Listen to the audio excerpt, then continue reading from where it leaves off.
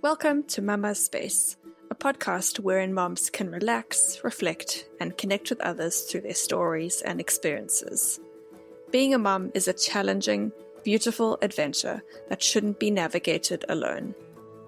Join me as I connect with fellow moms about their journey into motherhood.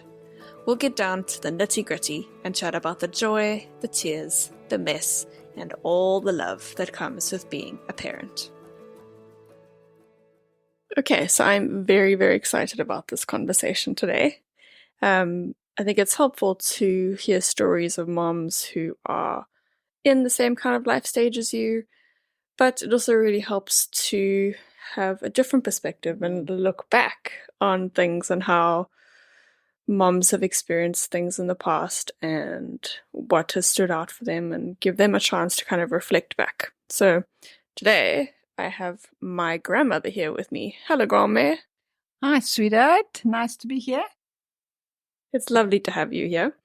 So Grandma, I'm interested to hear what you have to say. I guess, I'm very much in being a mom to someone who's very young.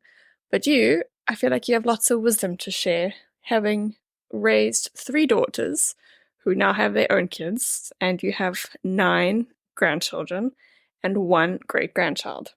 How does that make you feel? Absolutely wonderful. I think I was born to be a mother because as a child, even as a child of 6 years old, I remember always wanting to pick up the babies. And there was this little girl in our family that I totally adored. And I just was made to be a mom. And at the age of 17, I very luckily met the man of my life, and we were married very quickly. And 3 months after my wedding, we were expecting our first child, Wendy. And after that, obviously, I had 2 more kids, all in total 3 daughters. There was no hope of a son, so we gave up.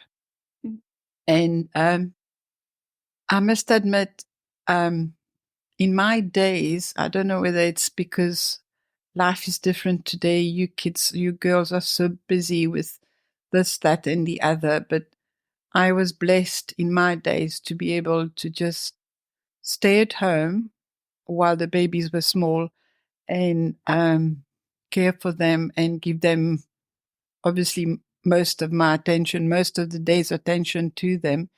And I didn't find it as stressful as I'm watching today's kids have to deal with their babies growing. So I don't know if it's a good thing whether today's way is better, but I was very happy to play the part that I had to play with my children, and really proud to have been a mom to the 3 of them. And now that I'm old, I actually look back every now and again on what it was like to have my family, my little kids, my husband, who's now passed away. And it gives me a sense of, I did a good job with my girls, and we were very happy as a family. That's amazing. You say you felt like you were born to be a mom. If you look back, what was the best part about being a mom for you? What did you love about it? I can't think really. I suppose it's watching them grow, and making sure that they were learning what they were supposed to be learning at the stage they were at. I think I had it easy, I suppose, and I was able to enjoy every minute of being with them.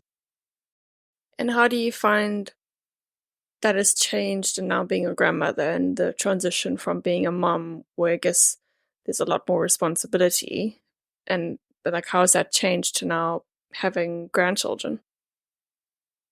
Being a granny is the best thing. I mean, I thought motherhood was fantastic, but when my Brittany, my first granddaughter, was born, I was absolutely like, I can't believe this is happening to me. How beautiful it is to see this little kid in a new generation coming, and it's me and my husband, the genes are passed on, and it's just such an amazing feeling. Um, I really, really love being a granny, and God has blessed me with 9 of them, which I am so thrilled about. Now I've got Haley in my life. She is an absolute blessing, and I'm really being a granny is different. Being a granny is okay. I have a lot of responsibilities when they're in my care, and it is stressful. But I don't know, the love that a granny has for her grandchildren is, I would say, a bit different to the love she had for her own children.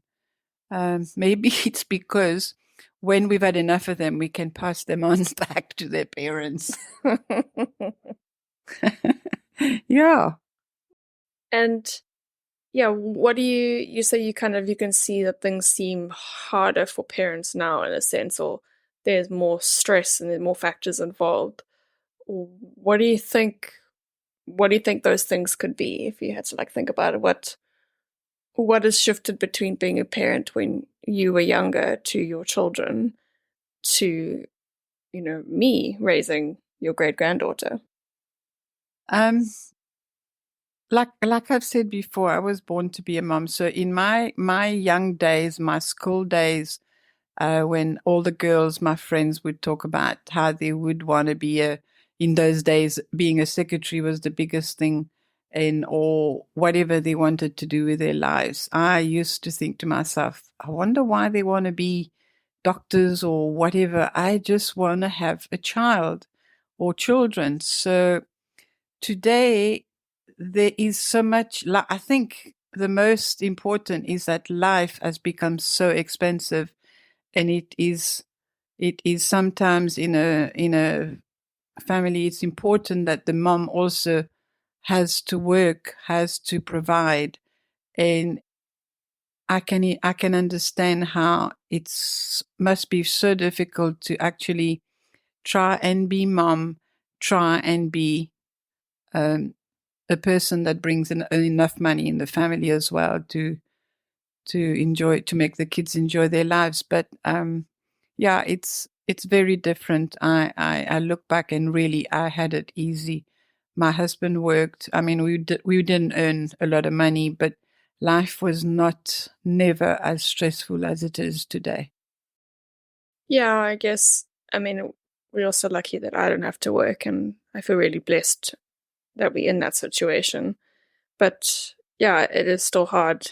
And I think there's a lot more factors and all the different elements that come into play that, things around technology, for example, which weren't really in existence when you were raising your kids, and all the comparison that comes with, being a mom and seeing people displaying their lives on social media and comparison that our life doesn't look like that, and trying to aspire to have the life of someone else, which is not yours. So, yeah, I think that's really interesting. Things are a lot simpler, and you just made the most of what you Mm. had. And Yeah. I think it's people are harder to accept that, and they just strive for more and more and not just sit with what they have and enjoy it. Yeah. It was definitely easier. It's like a matter get up in the morning and all I knew was that I was going to spend the day with my children, and like Bertie says, technology and everything that didn't exist. We didn't have to actually. Um, the kids weren't. What I see today is that the kids have got to keep up with what is going on in their schools. Everything is different. So even on the kids, there's a lot of stress to cope with what they have to do, have to be learning, and yeah, it's very, very, very different.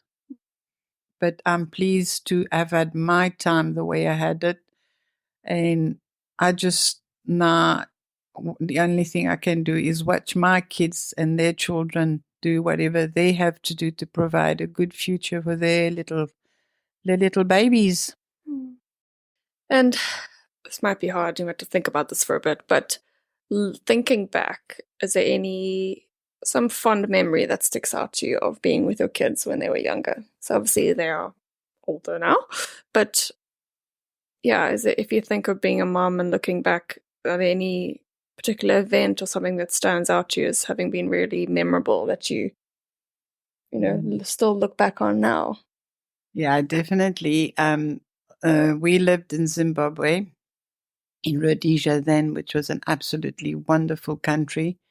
And the best part of the year was to actually, when my husband got leave, and we would all get into the car and go to Durban, especially Margate. We spent a lot of holidays in Margate and Uvongo, and just watching my kids play on the sand and playing with their dad. It was amazing. Um, I have got a photo on my fridge of Michelle, my last one, my last daughter, leaning on her dad's shoulders, and daddy's playing with them, obviously making sandcastles in the sand. That is a beautiful memory that sticks out in my head. I love it. And yeah, I cherish this time of my life very much so. Now I'm 73, and there are so many memories that keep me going now that I'm a widow. Um, I just lots of nights I sit and uh, remember all the things we used to do, and I wouldn't have changed it for anything. I would do it all over again. Yes. Even with the same outcome? Yes, I would. It's the same thing. It would have happened. But I must admit, if I knew then how time goes so quickly, maybe I would have enjoyed it even more, cherished the times more. And, but it's life. Life goes fast, and today's life is just, I just can't believe how fast it is. And that's because we are all so busy, so stressful, trying to make a living, so wanting to do the best that we possibly can on this earth while we're here. And we just have to cope. So I guess kind of what you've touched on comes down to presence and being present. So uh, yeah, is that what you would advise me as a parent and people who are raising children in this day and age to be more present, or what would kind of be the key advice or something that you'd want us to know as we navigate these years of toddlerhood and tantrums and school and all the things, and what's most important and what should we hold on to? Definitely to try and live in the present, to be living in the now present, because I reckon this is the only way you can do it with having so much to do as a parent. Um, live for now, do the best that you can. Um, your kids are the most important things in your life, and you have to do the best that you can. And yeah, I pray that you all get into this moment of just saying, today, I love my kids so much. I'm going to enjoy them. And I know there's stresses attached to bringing them up, but I'm happy. Be happy. That's the best thing to be, is to be yourself, be happy, and enjoy the life that you have here on this earth. Be happy and be present. Both very hard things, but quite, I think, simple concepts. And if we get that right, it can unlock a lot of adventure and change in our lives and happiness. Um, yeah, I think it is hard not to get sucked into all the things of today's world, but I do want to strive to be more present and not, yeah, I just find myself checking your phone often and this person's message and feeling like you have to reply quickly, and you have to think of the cooking and the cleaning and everything else and get sucked into the things that don't matter. And so I think chatting to you has kind of been a bit of a reminder that I do need to try be more present. And this week, actually, my husband and I are trying not to be, or not trying, we're not on social media. So we're not checking our Instagram, our Facebook, YouTube. We're just listening to podcasts and replying to messages, but we're not engaging in time, which I think can be quite pointless and get sucked into things. So day 4, going pretty well so far. And I think this conversation might prompt me to extend that into the next week and we see how it goes. But yeah, I think I feel very blessed to have you in my life. And what people might not know, or what you won't know, is that I was born when my grandmother was 40. So we've had a really close relationship and been able to enjoy a lot of years together. And we've even lived together, which was lots of fun. Am I a good roommate? Oh, fantastic. There is one thing that sticks out of this living with you, being close to a train going past every 5 minutes. I absolutely love the sound of a train going past. Every night I hear it where I live now. Every night I hear it at least 4 times before I go to sleep. And I think, oh, it was a blessing to live with my granddaughter. Thank you, Britt. Yeah, I think it was really special, and I'll treasure those years forever of us living together before I got married. I think it's a unique situation that we've had, being able to be so close and hang out a lot, and yeah, have time and energy to be together. So I'm really appreciative of that. Now for the most important question here. Who is your favorite grandchild? Okay. This is a really tricky question. You shouldn't be able to say anyone. But no, I go around each of them behind their backs. I say to the other one, I like you the most. And then I will say the same thing to all of them. I love them all so dearly. I'm very, very, very grateful to be their gran. And it's just a pity that some of them live a little bit far away. But we do occasionally get together, and I just love the family time that we have together. Only one thing missing in my life is that my husband did know his grandchildren, but he hasn't had the chance to actually see some of them get married, or most of all, the birth of our little Haley, which he would have just loved us so much. I take full credit for that, by the way. Yes, you should too.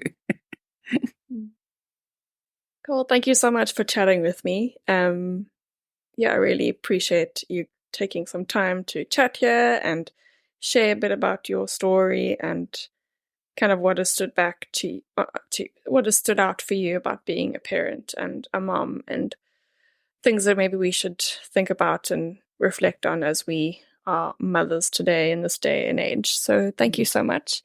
And I look forward to lots of adventures to come. And thank you for babysitting Haley so that I can get out and do things too, because I think we all need a break. And I'm very thankful that you are around to spend time with us and be able to hang out with Haley. It's a pleasure. I wish all the ladies all the luck and all the love, and have a super time bringing up your children and enjoy it.